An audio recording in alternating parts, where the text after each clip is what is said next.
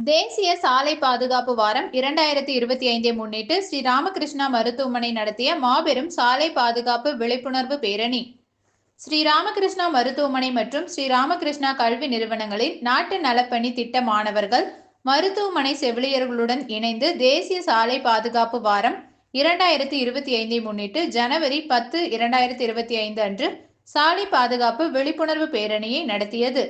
இந்த பேரணியை நடத்துவதற்கான முக்கிய குறிக்கோள் விழிப்புணர்வை ஏற்படுத்துவதற்காகவும் பாதுகாப்பினை பின்பற்றுவதற்காகவும் பெருகி வரும் சாலை நடைமுறைகளை விபத்து இறப்புகளை குறைப்பதற்காகவும் இப்பேரணி நடத்தப்பட்டது. சாலை பாதுகாப்பு விழிப்புணர்வை ஊக்குவிக்கும் வகையில் ஸ்ரீ ராமகிருஷ்ணா கல்வி நிறுவனங்களில் நாட்டு நலப்பணி திட்ட மாணவர்கள், ஆசிரியர்கள் மற்றும் மருத்துவமனை செவிலியர்கள் உட்பட 200க்கும் மேற்பட்டோர் இப்பேரணியில் பங்கேற்றனர்.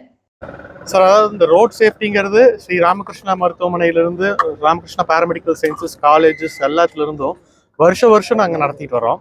இதில் என்னென்ன ஒரு விழிப்புணர்வுக்காக தான் நடத்துகிறோம்.